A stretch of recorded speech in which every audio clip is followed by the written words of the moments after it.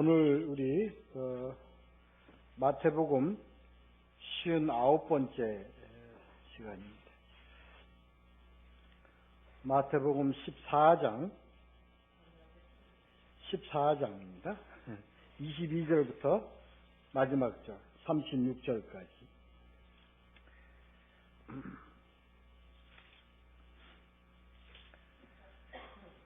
오늘 함께 나누실 말씀은 제목을 우리가 함께 걸어야 하는 길이라는 제목으로 정해서 함께 보도록 하겠습니다.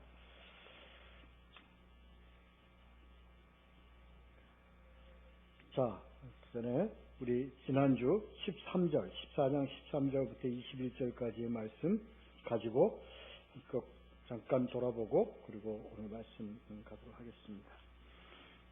우린 지난주 13절서부터 21절까지의 말씀에서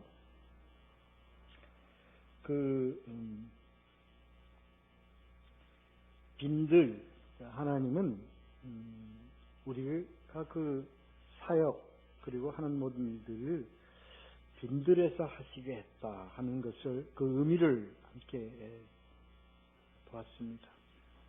하나님은 예비된 장소, 무슨 풍성한 장소, 그리고 아주 참 환경 좋은 이러한 장소에서 사역을 하도록 하지 않으시고 황무지, 빈들, 광야 이런 데서 사역을 하도록 했습니다.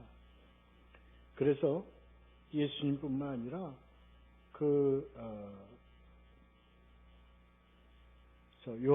세례 요한도 광야에서 외치는 자가 되게 하셨고, 그리고 이스라엘 백성들도 광야에서 방황하면서 하나님의 인도하심을 알도록 하셨습니다.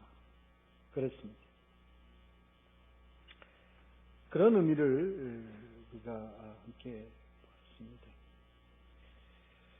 보았습니다. 그리고 그 하나님의 백성들을 하나님은 불쌍히 여기사 병을 고쳐주신다. 그 불쌍히 여김에 대해서도 함께 나누었죠. 그 불쌍히 여김이라는 것은 내가 이웃을 불쌍하게 여기는 것이 아니라 하나님이 우리를 불쌍히 여기시는 그 불쌍한 심정을 우리가 갖고 알고 하는 겁니다. 이걸 다시 한번 제가 강조를 드리지만 우리 지난주에 그거 좀 참 많이 다뤘지만 굉장히 중요한 내용입니다.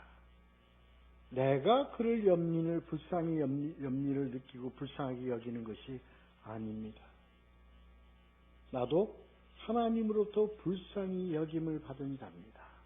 그러니까 하나님이 우리에 대해서 불쌍히 여기시는 그 심령을 내가 갖는다는 것이지 내가 그를 불쌍히 여기는 것이 아닙니다.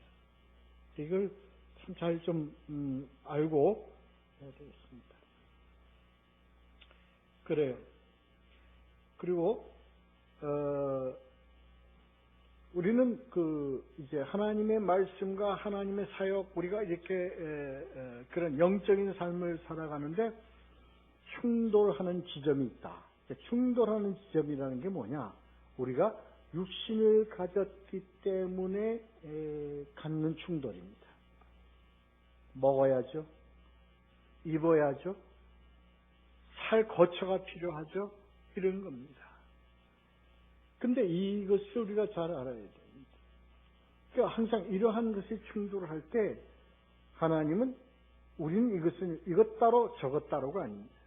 하나님이 우리를 영적으로 우리를 평안을 주시고 재워주시고 그리고 우리에게 먹여주시고 이러한 거와 마찬가지로 하나님께서는 우리의 모든 일용할 모든 삶을 주님께서는 우리에게 허락해 주시고 책임져 주십니다.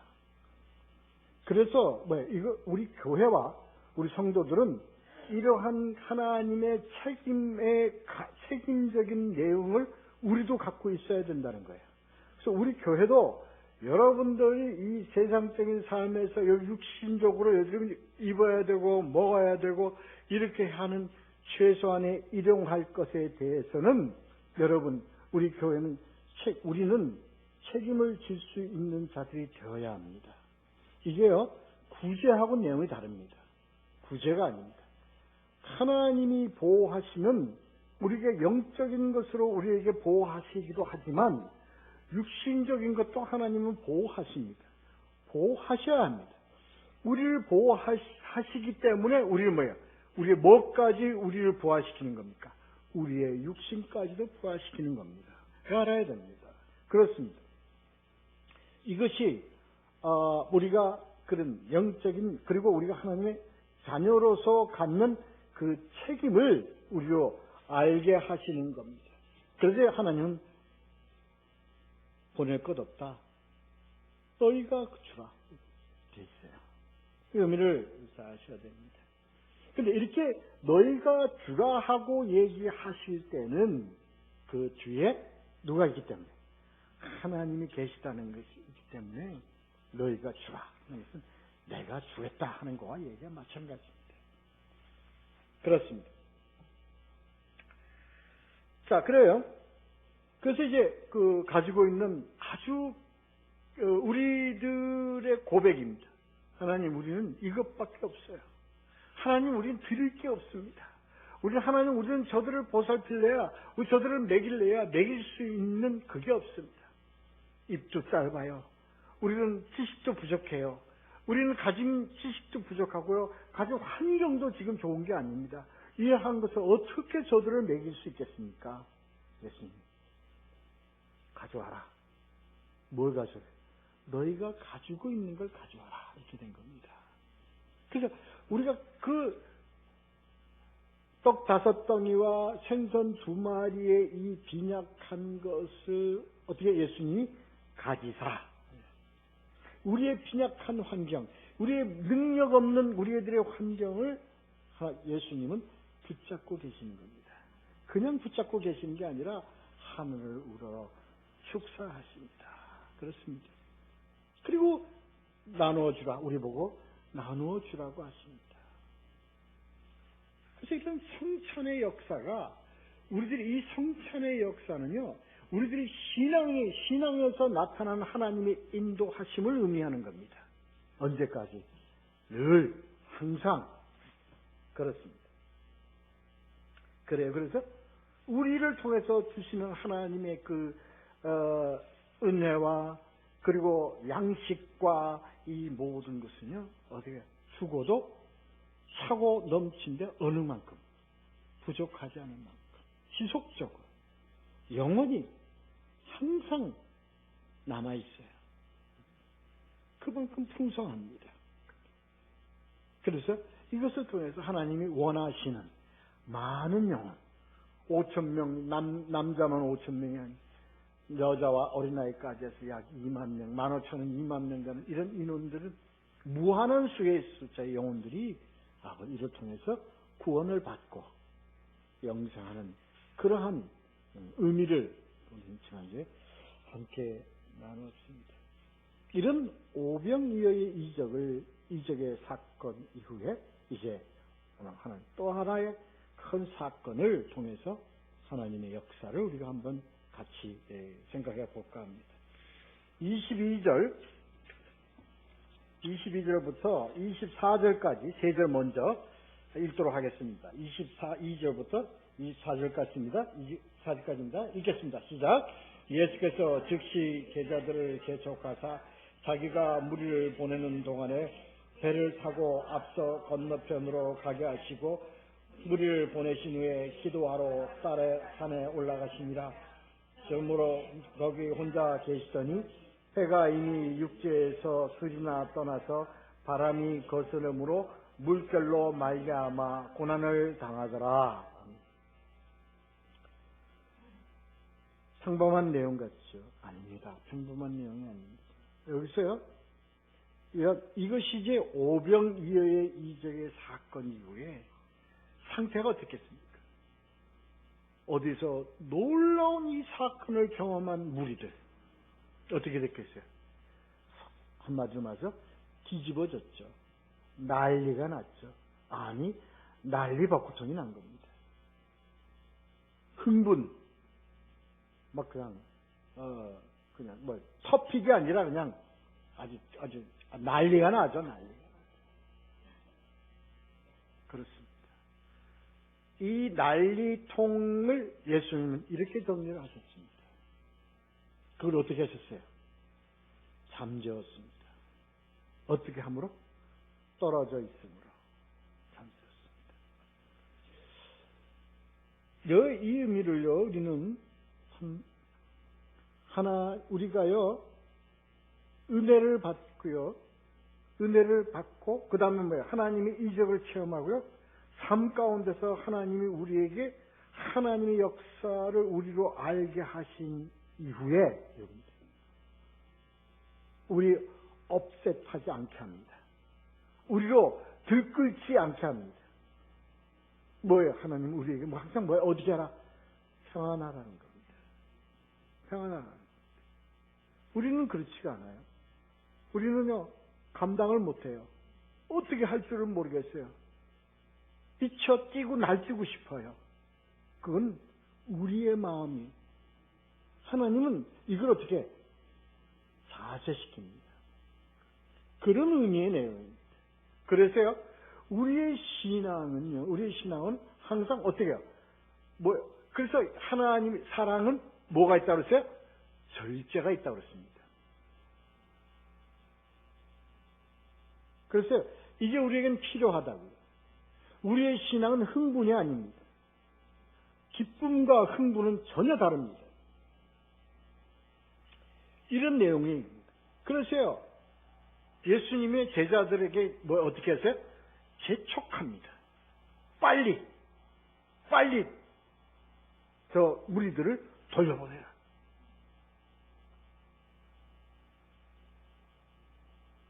그리고 너희들조차도 나하고 좀 떨어져 있어야 돼. 저기로 가 있어. 이렇게 되는 겁니다. 그리고 예수님은 혼자 산에 올라가 어떻게 돼? 기도하시는 겁니다. 23절에서 보면 이 의미를 우리는 알아야 돼요. 우리의 신앙은요, 항상 뭐가 돼요? 더불어 함께 병행해야 합니다. 우리들의 삶, 우리들이 함께 모이는, 그리고 모여서 함께 예배 보고요, 기쁨을 나누고요, 그리고 같이 찬양하고요, 함께 쉐어링하는 그러한 신앙과 또 뭐예요? 그 다음에 홀로 산이라는 건 뭘 의미하는 겁니까? 하나님이 계신 것을 의미하는 겁니다. 하나님의 계신 곳이라는 것은 장소적인 의미가 아닙니다.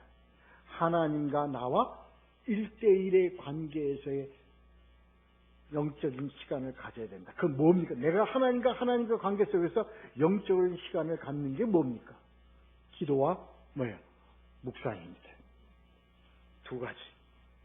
그래서 우리 기도에는요, 우리들의 신앙에는요, 공동체의 생활에는요, 항상 서로 나눔이 있고, 그 다음에 뭐가 있어요? 기도와 묵상에 이러한 것이 항상 같이 병행해서 가야 합니다. 어느 것을 무시해서는 안 됩니다. 그래서 평안한 가운데 하나님의 음성을 듣고, 평안한 가운데 하나님께 저희 기도드리고, 그리고 하나님께서 주신 말씀을 가지고 내가 말씀이 될 수 있도록 그 말씀을 묵상하고 생각하고, 그런 의미를 얘기하는 겁니다. 자, 이 내용에서는요, 그런 의미가 있고요, 또 하나의 의미가 있습니다. 그래서 떨어져 있는데 잠깐도 예수 그리스도와 떨어져 있을 때 사건을 만나게 됩니다. 그 사건은 다 알죠. 물살에 아주 배가 뒤집힐 정도로 위기에 처해 있게 됩니다. 제자들. 그래서 무엇을 의미하냐면요, 쉐어링을 하든 우리가 기도와 묵상을 하고 이런 것을 하더라도 항상 뭐 안에서 해야 됩니까? 예수 그리스도 안에서 해야 됩니다. 그래서 예수 그리스도와 분리됐을 때 24절에서 이 나오는 바람은요, 사람이 거스리라는 이 바람은 그냥 살랑살랑 불어대는 바람이 아닙니다.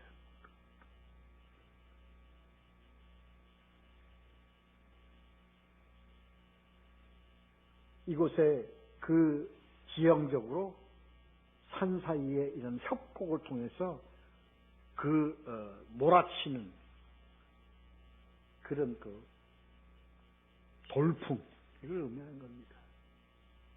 돌풍에 파도가 물을 뒤집어 놓는 겁니다. 물을 뒤집어 놓듯이 파도가 일어나는 겁니다. 배가 감당할 길이 없습니다.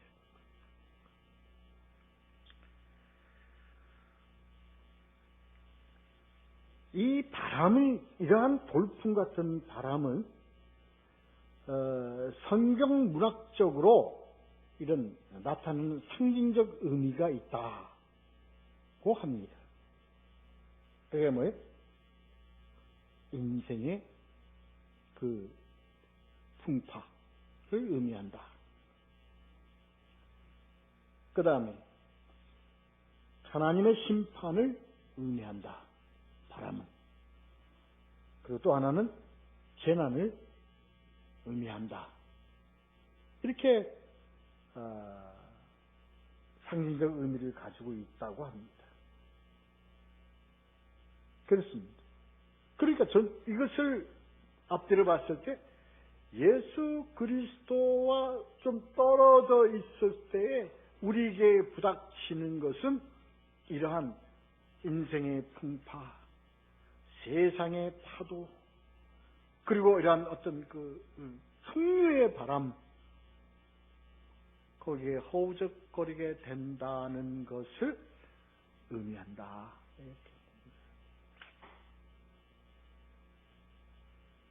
그래서 그러한 바람을 때문에 일어나는 그 물결, 바람을 탄 그 물결로 인해서 고난 당하더라. 그래요. 그건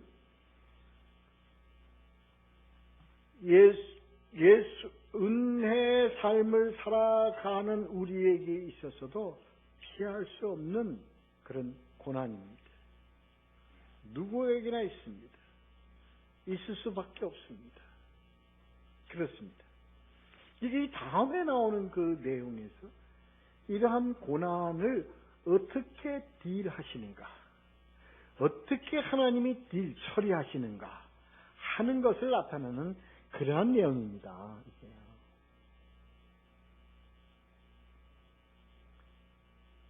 이게 베드로가 수제자가 이러한 하나의 예수님이 일으키시는 그 기적을 맛보는 그러한 사건으로서 국한되는 것이 아니라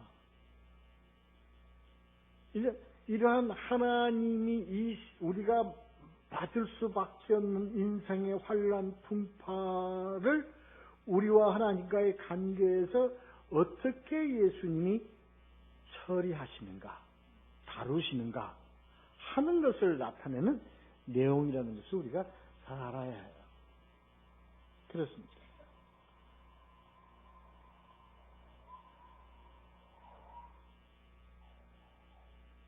첫째는요, 예수님이 오시는 장면이 하나 1막이고요. 2막은요, 하나님이 우리에게 이적을 보이시는 것이 2막입니다. 3막이라는 것은요, 그러한 이적을 보면서도 우리의 연약함 때문에 다시 환난에 빠지게 되는 내용이 있어요. 그걸 다시 건지시는 예수님. 이렇게 3막으로 구성되는 한 드라마로 본다면 그렇게 볼 수 있다 이겁니다. 첫째는요, 예수님이 오시는 것이 있습니다. 25절부터 27절까지 3절 읽도록 하겠습니다. 읽겠습니다. 시작. 밤 사경에 예수께서 바다 위로 걸어서 제자들에게 오시니 제자들이 그가 바다 위로 걸어오심을 보고 놀라 유령이라 하며 무서워하며 소리 지르거늘 예수께서 즉시 이르시되 안심하라 나니 두려워하지 말라. 이 25절부터 27절까지가 우리가 신앙생활에서 처음 예수님을 만날 때의 그러한 의미입니다.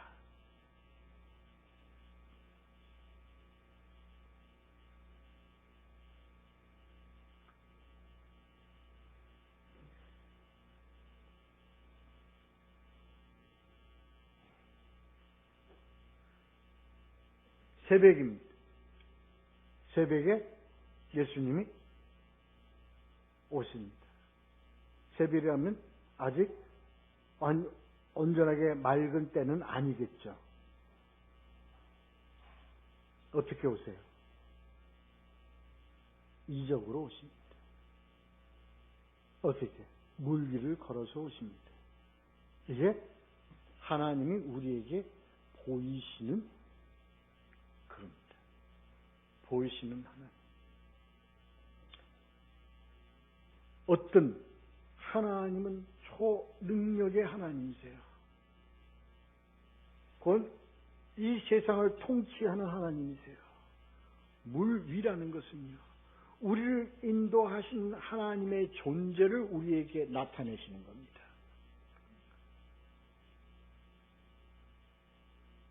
출애굽 때 모세의 기도를 통해서 하나님은 홍해를 가르셨죠. 그렇습니다. 그건 모세를 통해서 하나님이 이적을 나타내셨어요. 이 사건은요, 하나님이 직접 하신 이적입니다. 이게 첫 번째 이적입니다.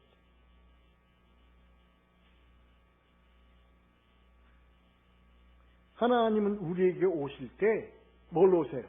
이러한 하나님의 권위와 하나님의 존재로 우리에게 오신다고요. 오신다고요. 그래서 우리 전체가 지금 이 어려움과 고난을 당하는 이때에 하나님은 뭐예요? 존재적 하나님으로 우리에게 오시는 거예요. 어떤 존재? 세상을 통치하고 만유를 통치하고 만왕의 왕으로서 오신다는 겁니다. 어디 위에? 세상 위에. 그렇습니다. 그런데요, 우리들은 이것을 뭘로 받았습니까? 우리 신앙을 한번 돌아가 보자고요. 처음에 예수님을 믿을 때 예수님이 뭘 바랬어요? 우리는 예수님이 뭘 바랬냐면 우리는 예수님의 형상을 바랬다고요.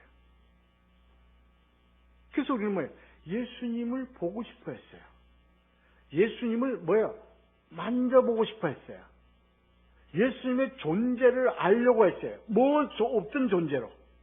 어떤 존재로? 그냥 그러니까 유령 같은 존재로 우리는 예수님을 만나기를 원했다고요. 그러니까 모든 이단들은요, 이러한 우리들의 심리를 건드렸어요. 그렇습니다. 그래서 나타나는 예수님으로, 유령적으로 나타나는 예수님으로, 형상적으로 나타나는 예수님으로 자꾸 소개를 하게 했어요. 우리는 그걸 바랬어요. 그래서 보여주소서예요. 우리의 시장의 출발은 항상 뭘로 우리는 출발을 했냐면 보여주소서. 그러세요. 그걸 다 속여요. 나는 예수님을 봤어요. 하늘나라 가서 예수님을 봤어요. 입신해서 우리는 천국을 봤어요. 하나님 만났어요. 하나님 이렇게 생기셨어요. 그걸 가지고 막 간증을 하면 사람들이 거기에 나도 그런 하나님 보고 싶다 그러고 손을 들고요. 그리고 이슬같이 하나님은 지금 내려오십니다 그러면 그런 줄 알고 다 속아 넘어갔다고요. 하나님은 우리는 뭘로? 하나의 형상, 하나의 유령 같은 존재로 우리는 하나님을 대하려고 했어요. 그러니까 자동적으로 그 유령 같은 하나님은 우리에게는 어떤 존재가 됐겠습니까? 어떤 존재가 됐겠어요? 기이하고 신비하고 무서운 존재가 됐어요.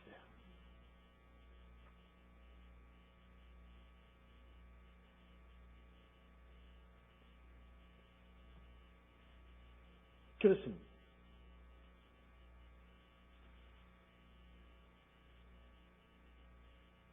그래서 27절에 보시면, 그래서 예수 그리스도는요, 오셔서 항상 뭐라고 그랬어요?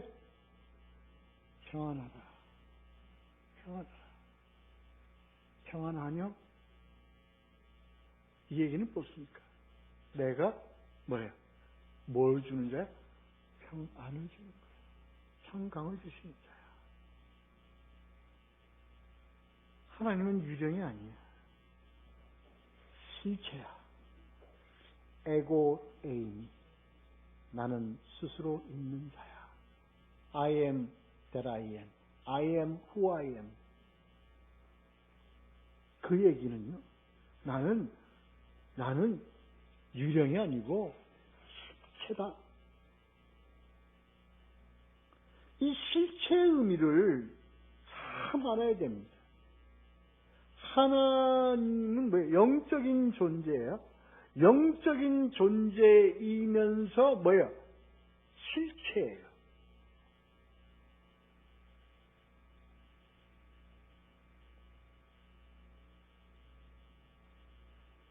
그렇습니다. 의미를 참 알아요. 그래서 하나님은 에고 에이미. 나다. 나는 실체다. 하는 겁니다.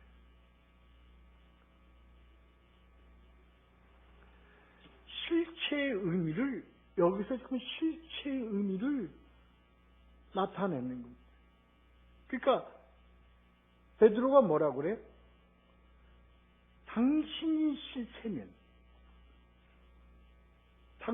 실체면 나로 명해서 물 위로 걷게 해 달라 그럽니다. 뭐하사? 명하사.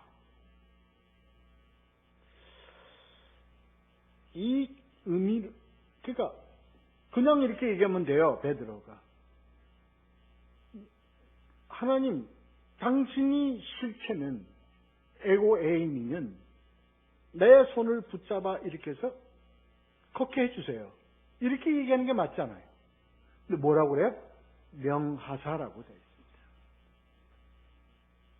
그러니까 이것은 우리가요, 하나님에 대한 존재라는 것은 실체라시면 그 실체로서 나에게 뭘로?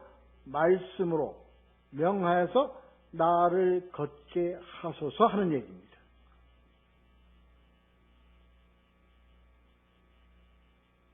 이 의미는요, 우리들의 신앙 고백의 그 의미를 담고 있는 얘기입니다. 그래서요, 하나님은 우리를 인도하시는 것은요, 뭘로 인도를 하십니까? 우리를 뭘로 간섭을 하시고, 우리를 무엇으로 우리를 다루십니까? 우리와 관계합니까? 뭘로? 하나님이 영으로 와서? 하나님이 뭘로 와서? 뭘로 우리를 다루십니까? 하나님이 우리를 보여줘서 다루십니까? 아니에요. 다 이겁니다. 이 고백. 하나님은 우리와 무엇으로 우리와 함께 관계를 하시느냐? 말씀입니다. 그래서 명하사예요. 명하사.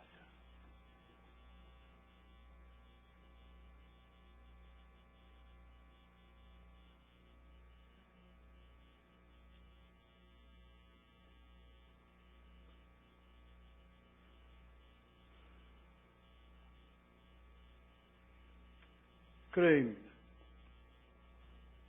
자, 먼저 읽지 않고 먼저 나가는 게 급했네. 자, 28절, 29절 읽죠. 읽겠습니다. 시작. 베드로가 대답하여 이르되 주여 만일 주님이시거든 나를 명하사 무리로 오라 하소서 하니 오라 하시니 베드로가 배에서 내려 물 위로 걸어서 예수께로 가되. 여기까지요. 그러니까 예수님이 뭐라 해요? 오라. 이 얘기는 무슨 얘기예요? 오라 하시니 오라는 뭐예요? 뭐였어요? 말씀하시니야. 그러니까 말씀하셔서 베드로가 어떻게 됐어요? 베드로 물 위를 걸은 거예요. 네? 손을 잡아서 물을 베드로 일으켜서 잡은 게 아니라 뭐로? 말씀으로.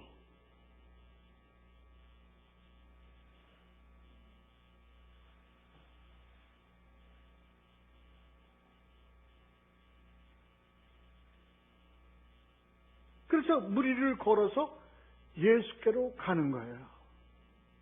뭘로? 오라 하는 하나님의 말씀에 따라서 물 위를 걸은 거예요. 이 내용을 우리가 반드시 알아야 된다고요. 그러니까 예수님이 우리를 다루시는 것은 예수님의 유령적 존재 어떤 모양이 우리를 다루는 게 아니고요. 예수님 같은 환상으로 우리를 다루시는 게 아니고요. 예수님이 우리에게 무슨 어떤 표징, 무슨 그 심벌을 우리에게 주어가지고 시그널을 우리한테 줘가지고서 우리를 다루시는 거 아니라고요. 여기는 어떤 시그널도 없고요. 어떤 사인도 없고 어떤 아무것도 없다고요. 단지 뭐만 있을 뿐이에요? 말씀만 있을 뿐이에요. 뭐라는 말씀? 하라 하는 말씀.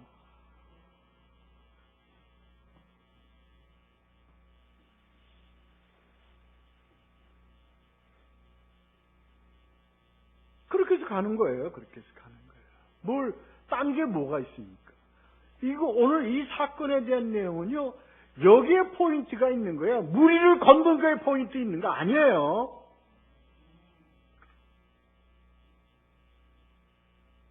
여기에 주인공은 오늘 이 사건의 주인공은요, 엄밀하게 따지면 예수님이 아니라 누구예요?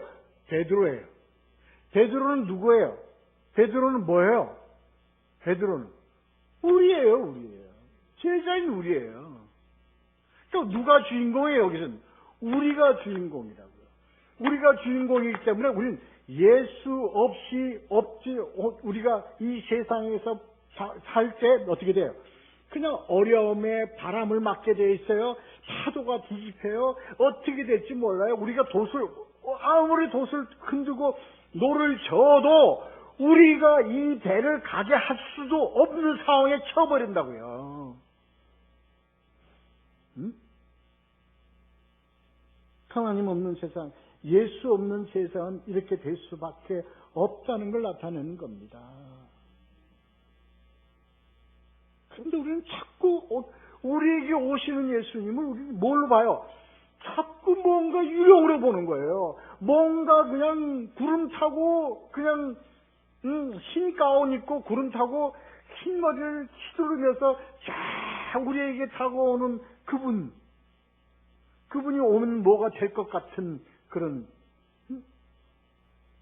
꿈에나 한번 봤으면 좋겠다. 뭐 갑자기 어두움에 말이지 이렇게 뭐 형상이 말이지 턱 서서 나에게 말씀하시더라. 뭐 이런 자꾸 뭔가를 성성적으로 믿으려고 그래요. 우리는 요즘도 뭔가를 자꾸 무슨 어떤 눈으로 봄으로서 믿으려고 그런다고요. 자꾸 보여달라는 거예요. 자꾸 보여지길 원해요. 자꾸 뭔가 현상이 나타나기를 원한다고요. 응? 참 위험한 일입니다. 자연 현상에서 하늘에서 무슨 십자가 모양으로 딱 구름이 딱 떠 있으면요.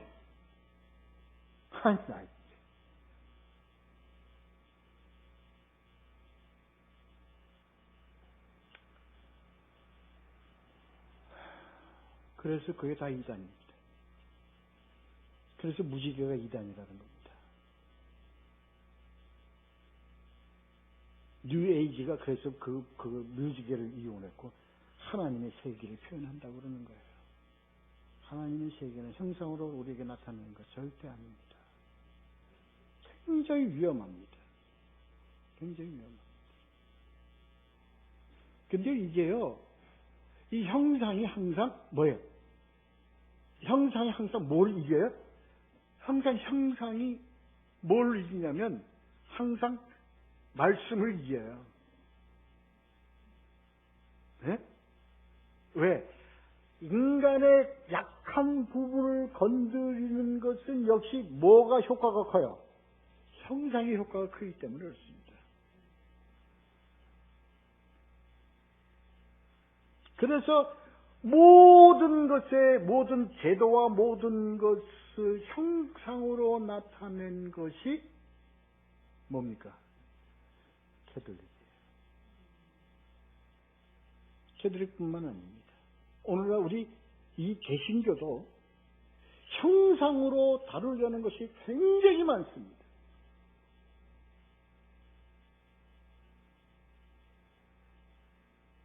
글쎄 말이야, 단위에 말이지, 예수님이 앉아서 이렇게 누워 계시는 형상을 상징을 해가지고서 디자인을 해서 만들었다는 등, 우리는 거기에 굉장히, 하기가 굉장히, 위험합니다. 그래서 우리가 참 좋아했던 프로그램이 있잖아요. 굉장히 좋은 프로그램입니다.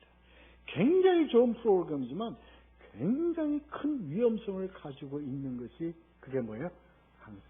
형상으로 인간의 감정을 건드린다는 부분에 굉장히 위험한 것이 있습니다. 지금 생각하면요, 아찔해요. 거기에 내가 됐다는 거 생각하면요, 참 아찔합니다. 굉장히 대표적인 거 하나 말씀드릴까요? 어느 한 프로그램에서요, 비둘기가요, 입에다가 말씀을 물어요. 입에다가 말씀으로 딱 이름을 걸어두면요, 상대가 그 비둘기에서 말씀을 떼가지고 그 앞에서 읽어주고 허링을 합니다. 근데 그게 사람들이 대부분요, 그날 그 비둘기가 물어준 그 말씀에요, 그 간증을 굉장히 많이 해요.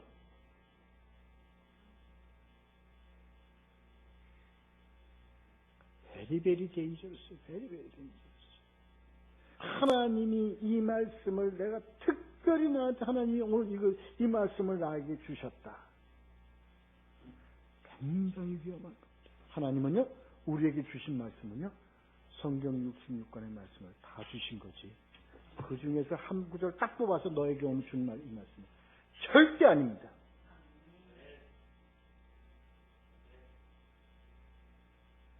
그렇습니다. 우리 바로 알아야 됩니다.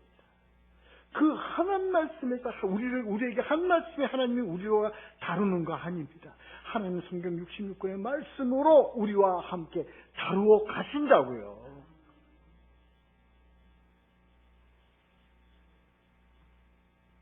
굉장히 위험합니다. 거기에 무지개 굉장히 위험합니다. 상징 위험. 하나님은 상징이 아닙니다. 하나님은 실존 에고에임이에요. 하나님 뭘로 실체로 오셨어요? 말씀으로 실체에 오신 거라고요. 그게 에고에임이에요. 그래서 나를 나타내고 내가 나다. 내가 왔으니 안심하라는 그 나는 어디에 있어요? 온전히 성경 66권에 있는 것이에요. 실체입니다. 그것 외에는 예수 그리스도의 실체는 없습니다. 하늘 보좌에 우리가 죽은 후에 우리가 세상 끝날에 예수님을 만날 때 그 실체를 만나기 이전에 예수님의 실체는 오직 성경 66권입니다. 그래요. 이게 오늘 그 내용입니다. 자, 보자고요. 자, 그래서요. 그런데 우리가 예수님의 말씀대로 순종해서 예수님 바라보고 갔더니 무리를 걷게 됐어요. 네? 예수님을 바라보고 갔더니 무리를 걷. 이 얘기 무슨 얘기예요? 오직 말씀만 의지하고 살아갈 때는 우리는 뭐예요? 세상을 발로 딛고 일어서서 갈 수 있는 그러한 삶이 되는 거예요. 그렇게 될 수가 없습니다. 죄송합니다. 그건 왜 우리가 여러분만 그렇다는 게 아니라 저도 그렇다고 저도 우리가 이래요. 그래서 우리는 어떻게 돼요? 믿음 생활을 하면서도 자 29절 30절 31절 32절 세 절 다 읽어요. 읽겠습니다. 시작. 바람을 보고 무서워 빠져가는지라 소리질러 이르되 주여 나를 구원하소서 하니 예수께서 즉시 손을 내밀어 그를 붙잡으시며 이르시되 믿음이 작은 자여 왜 의심하였느냐 하시고 배에 함께 오름에 바람이 그치는지라. 이 30절 30절 32절까지 이 말씀은요 베드로가 믿음이 약한 것을 다루려는 것이 아닙니다. 에? 뭐예요? 우리 모두가 다 이렇다는 것을 나타내는 거라고요. 그럴 수밖에 없어요. 우리는 뭘 가졌기 때문에? 육신을 가졌기 때문에. 그래서요, 어떻게 해서 물에 도로 빠지게 돼버려요? 예수님을 의심을 한 게 아니라 예수님 의심이지만 왜 의심이 생길 수밖에 없었냐 하면 여기는 의심으로 다루서는 안 됩니다. 이건 자연 오토매틱이에요. 우리는 뭐에 의해서 자동적으로 세상에 의해서 자동적으로 빠질 수밖에 없어요. 왜 연약하기 때문에요. 연약하기 때문에 이럴 수밖에 없다는 것을 나타내는 거라고요. 우리는 우리는 세상 환경을 보지 않을 수가 없잖아요. 세상 환경 보면 우리가 세상 환경에 어려움과 고통이 닥치면 우리는 그냥 넘어지고 빠질 수밖에 없다고요. 그게 우리들의 모습이에요. 믿음이 약해서 그런 게 아니라 믿음에 무슨 그걸 갖고 있어도 믿음의 더블 꽃배기를 가지고 있어도 그럴 수밖에 없는 거예요. 당연성입니다. 안 그렇다? 나는 세상 안 봐. 난 그냥 예수님만 보고 가기 때문에 어려운 거 없어. 나는 어려운 거 없고 나는 물에 안 빠져. 나는 그냥 주님을 걸어가는 거야. 이 새빨간 거짓말쟁이야. 그래요. 그럴 수가 없어요, 그건. 왜? 우리는 인간이고 연약하기 때문에 우리는 넘어지고 빠질 수밖에 없는 거예요. 우리들의 삶을 보세요. 안 그렇습니까? 그럴 수밖에 없죠. 그래요. 자, 여기서 다 보자고요? 자, 그때요. 그게 빠지게 되니까, 그 다음에, 주여, 나를 구원하소서 하는 거야. 맞아요? 틀려요? 맞죠?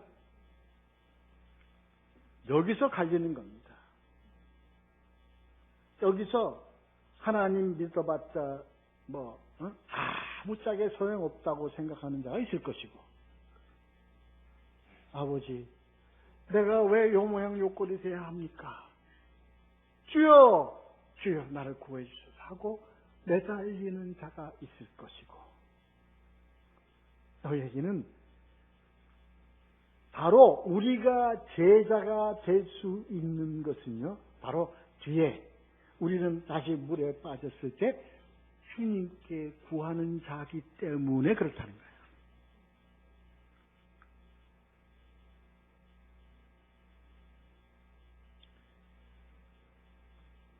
예수님 나를 보내주소서. 나는 주님만 바라보고 나는 주님 위해서 살겠습니다 하고 하나님께 외치고 결심하고 가도 그가 뭐야? 세상에 무너져. 세상의 돈에 무너져. 세상의 명예에 무너져. 세상의 부귀영화에 무너져 버려. 그래서 어디에 빠져버려? 그 물에 빠지게 버리는 거예요. 그때부터가 중요한 거예요. 누구에나 그럴 수가 있어요. 누구에게나 그럴 수가 있어요. 그때 주여 나의 이 추악한 죄를 용서하시고 저를 구해 주시옵소서 하는 자와 그래도 하나님은 나를 지켜주실 거야 하여 믿고 방관하며 그 길로 계속 빠져들어가는 자. 이해가 되시죠? 누가 더 많아요? 구하는 자가 더 많아요? 아니면 방관하고 그 길로 덮고 가는 자들이 더 많아요? 여기 이걸 우리는 알아야 돼요.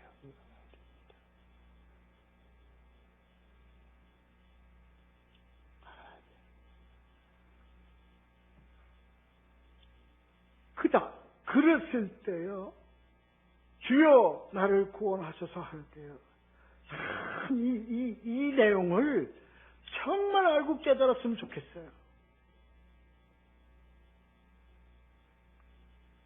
타락하고 무너지고 그리고 부패의 극치를 달해하고 완전히 멸망의 길을 가도 예수 그리스도에게 구하는 자는 예수님이 바로 손을 붙잡습니다.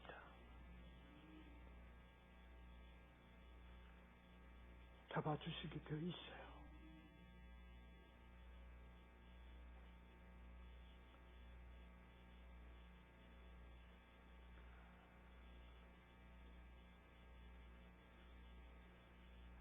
예수님이요, 여기서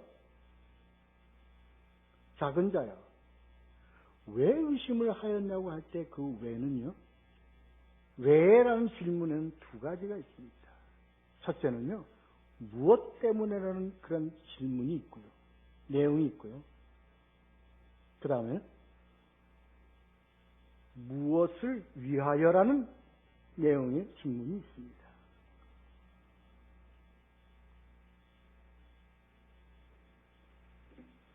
이 왜 의심이 작은 자야, 왜, 이건 예수 그리스도의 질책이 아닙니다. 예수 그리스도의 질책이 아니고 예수 그리스도가 혼내는 게 아닙니다. 당연히 너는 믿음이 적기 때문에, 믿음이 적어서 믿음이 연약하기 때문에 넘어질 수밖에 없어. 너를 돌이켜보라는 거야. 왜? 무엇 때문에, 무엇을 위해서 나를 의심했느냐는 겁니다. 잘 우리가 생각을 해야 됩니다. 무엇으로 인하여 네가 의심하게 됐냐, 이 얘기입니다. 무엇으로 인하여 우리가 예수님을 의심하게 됐습니까? 무엇으로 인하여? 누구로 인하여? 그러면 우리예요. 나로 인하여. 예수님 의지하고 가는 자가 세상을 바라보면서 나로 인하여, 나를 위하여로 바꾸어져 버린 신앙.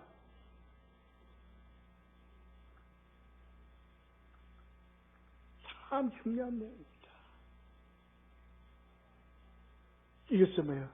Know yourself를 우리는 해야 돼요. 우리의 자신을 빨리 찾아야 됩니다. 우리를 향한 예수님의 말씀의 그 하는 목적을, 우리는 의미를 빨리 찾아야 돼요. 빨리 찾아야 돼요.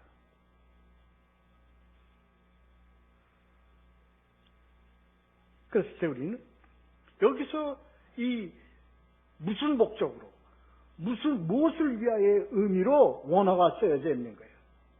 그걸 HT라고 헬라어로 표현되어 있습니다. 아실 것 없이 그렇게 되어 있어요. 그냥 참고로만 알아요. 무엇 때문에는 왜라는 의미는, 그 무엇 때문에라는 의미의 왜는 디아티입니다. 다릅니다.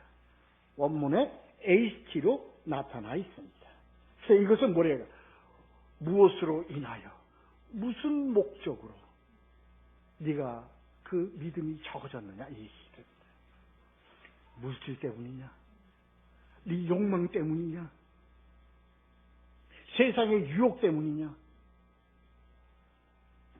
그래서 이건 예수님의 질책과 우리 원망이 아니라 예수님에게 더욱 믿음을 굳게 가져라.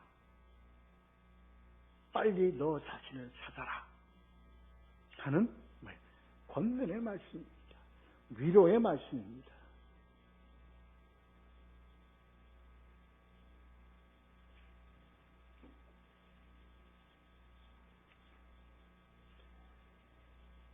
그래서 32절에 배에 함께 오르매 이렇게 되어 있어요.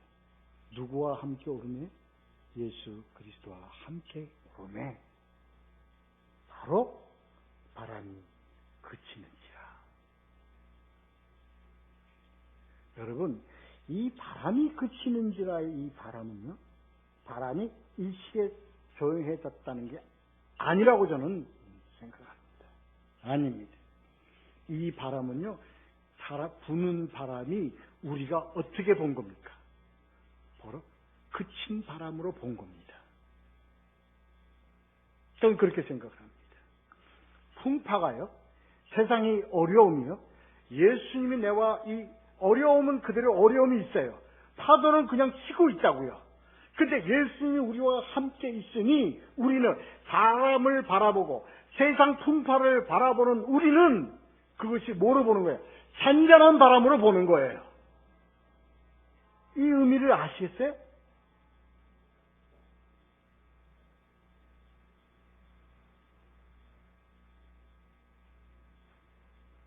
우리가 무서웠던 파도가 우리를 삼키듯이 치던 그 파도는 우리가 우리 옆에 예수님이 계심으로 인해서 그러한 파도는 이 파도와 이 모든 것을 지배하는 예수 그리스도와 함께 있을 때 이 파도는 우리에게 어떤 파도가 되어버려요? 잔잔한 파도가 되어버린다는 겁니다. 물론 파도가 잔잔해졌겠죠. 그러나 난 그렇게 해석하기보다는 세상을 바라보는 우리의 눈이 그렇게 되었다는 겁니다. 환경을 바라보는 눈이 그렇게 되었다는 겁니다. 이것이 오히려 우리에게 뭐한다? 우리를 돕는 바람, 우리를 질주하는 바람, 우리가 더욱 신앙의 바람을 타고 우리가 뻗어나가는 그러한 환경으로 우리에게 다가왔다는 것을 표현하는 내용일 거라고 저는 믿습니다. 그렇습니다. 그래서 이것이 뭐야? 두 번째 이적입니다. 글자 그대로 보자고요. 그게 바람이 잔잔해졌어요. 그러나 바람이 이적은 바람이 잔잔해지지 않았더라도 이 기자가 봤을 때는 뭐예요? 이 바람은 오히려 나를 뭐예요? 잔잔한 바람같이 여겼다고 보는 겁니다. 두 가지 중 양쪽 어느 두 가지 다 뭐예요? 나에게는 기적입니다. 우리가 이렇게 이것을 두 번째 후차적인 것으로 생각을 하는 것이 좋겠다고 제가 보는 것은 우리의 지금 어려운 환경은 예수 그리스도 만났어요. 예수 그리스도 만나가지고 우리에게 하나님 말씀 속에서 우리가 예수님 순종하면서 하나님의 용기를 얻고 우리가 나아가 세상 삶을 살았을 때 세상 환경이 변하는가요? 변하지 않아요. 변한 것은 누가 변했어요? 제가 변했어요. 그래서 엄청나게 어렵고 힘들고 풍부한 그런 환경이 내 눈엔 뭘로 보였어요? 이미 나를 돕는 환경이요. 나를 승리시키는 환경으로 내가 보고 달려갈 수 있었다는 그 이적을 말하는 것이 아니겠는가? 그렇게 생각합니다. 바로 그겁니다. 바로 그겁니다. 그래서 우리는요, 예수님은 우리에게 어떠한 능력을 주십니까? 바람을 잠재운 능력을 주셨다기보다는 어떻게 해요? 그 바람을 이용할 수 있고 그 바람을 다스릴 수 있는 지혜와 능력 주심으로 인하여로 우리는 해석하고 봐야 한다 이겁니다. 저는 이걸 당연한 논리로 보고 있습니다. 그렇습니다. 여러분 환경이 어렵습니까? 마찬가지로 어렵죠. 여러분 환경이 힘들지요. 여러분 우리는 다 환경이 힘들어요. 이 환경이 변하지 않습니다. 그러나 변한 것은 누가? 예수님 우리를 변화시키는 거예요. 우리를 변화시켜서 우리에게 지혜를 주시고 우리를 능력 주셔서 이 환경을 나의 환경으로 받고 내가 이것을 역이용해서 긍정적인 부분으로 그리고 승리의 부분으로 그리고 아버지 종래는 내가 그것을 환경을 다스릴 수 있는 자로 나를 변화시켜 준 그 이적을 말하는 겁니다. 그겁니다. 그래서 우리는 뭐예요? 세상의 이 풍파를 나의 능력으로 잔잔하게 만들 수 있도록 하나님은 난적으로 붙잡아 주시는 거예요. 왜? 누가 계시기 때문에? 예수님이 계시기 때문에 그렇습니다. 왜 이걸 이렇게 안 보나요? 왜 이걸 이렇게 안 보니까, 이렇게 해석을 하지 않으니까 예수님 이적은 전부 다 뭐 신화 같은 얘기로밖에 취급 안 하잖아요.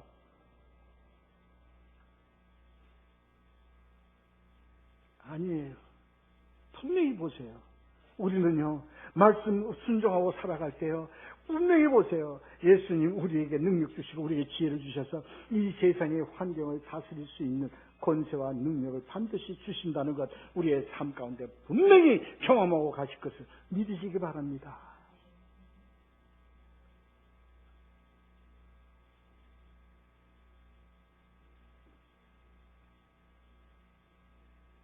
그래요.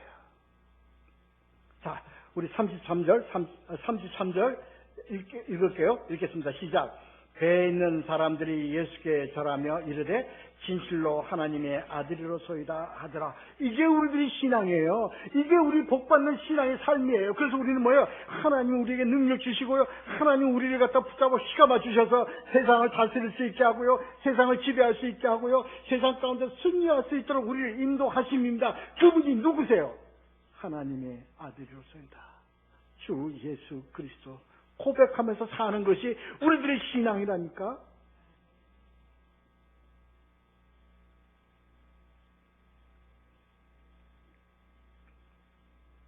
34절, 35절, 36절 세 줄 읽고 마치도록 하겠습니다. 읽겠습니다. 시작. 그들이 건너가 게네사렛 땅에 이르니 그곳 사람들이 예수이신 줄 알고 그 근방에 두루 통제하여 모든 병든 자를 예수께 데리고 와서 다만 예수의 옷자락에도 손을 대게 하시기를 간구하니 손을 대는 자는 다 나음을 얻느니라. 이게요, 우리들의 사역이에요. 우리들은 뭐예요? 예수님이 우리를 뭐예요? 세상을 이기게 하고요, 세상을 다스리게 하고요, 예수님의 지혜와 능력으로 승리하고 맛본 우리들은요, 누구예요? 이제 예수에게로 사람들을 인도해야 돼요. 그래서 전도와 선교는요, 뭐예요? 이러한 자들이 하는 게 전도와 선교예요. 무조건 사람 숫자 세우는 게 전도와 선교가 아니라니까요. 뭐가 선교와 전도가 하는 거예요? 전도와 선교하는 자들은요, 예수 그리스도를 맛보고요, 예수 그리스도의 지혜와 예수의 능력으로 세상을 지배할 수 있는 능력을 갖춘 자들, 예수 그리스도를 경험하고 고백하고 사는 자들이 뭐예요? 사람들을 데려와 예수에게로 인도하는 겁니다. 내가 경험한 예수 그리스도, 이분을 와 보라 하는 것이 전도예요.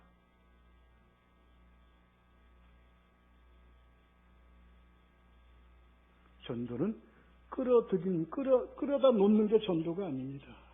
전도는요, 살리는 게 전도입니다.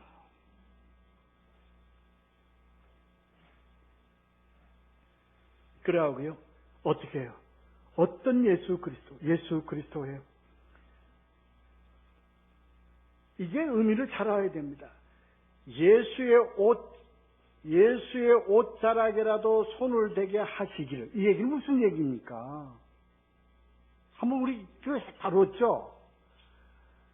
예수가 안수하고요, 예수가 눈에 가서 손을 갖다 대고 안수하고요, 예수가 뭐 이렇게 해서 어떤 행위를 해가지고서 고쳐주는 그러한 것이 아니라 예수의 옷에 손을 갖다 대요.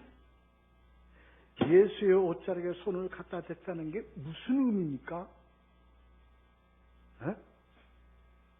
그냥 몸에 갖다 만져도 이게 난 그런 의미인가요? 예수는 뭐예요? 말씀이세요. 말씀에 갖다 대는 자를 얘기하는 겁니다. 말씀을 다루는 자를 얘기하는 겁니다.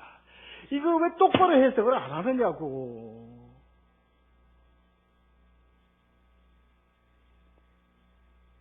이걸 알아야 졸졸졸졸 안 따라다니죠. 뭐 능력이 있다고 하는 자들 안 따라다니죠. 그 거짓말쟁이들 안 따라다니잖아요. 알면 왜? 따라다닐 필요가 없으니까. 왜? 말씀 다루면 되니까.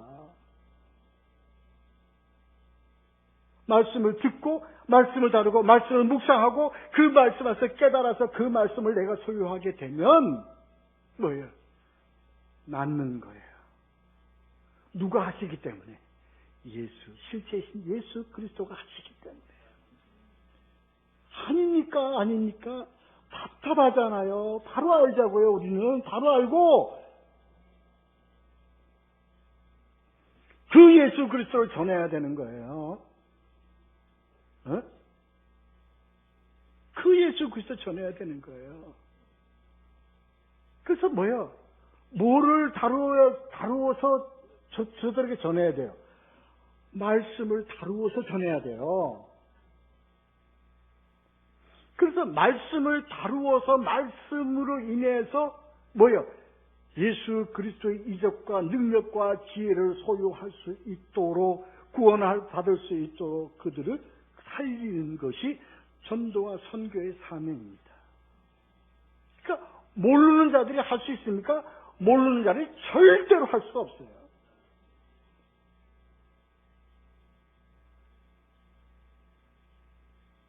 그렇습니다. 참 감사하죠. 참 감사한 겁니다. 이렇게 된 거. 그래서 예수 그리스도가 뭐라고 그랬어요? 내가 가는 것이 너에게 유익하다는 거야. 내가 가는 것이 너에게 유익해. 왜?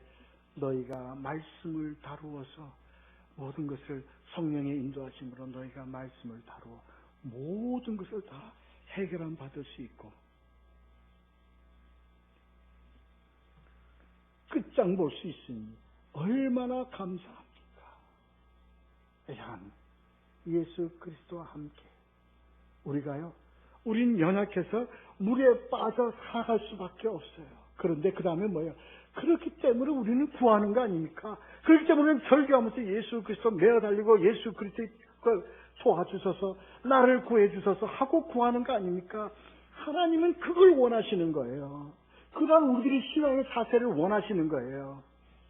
그래서 예수는 우리를 붙잡고 같이 배에 타심으로 우리로 세상을 다스릴 수 있는 권세와 능력 주시며 우리를 인도하십니다. 믿으십니까? 기도합시다.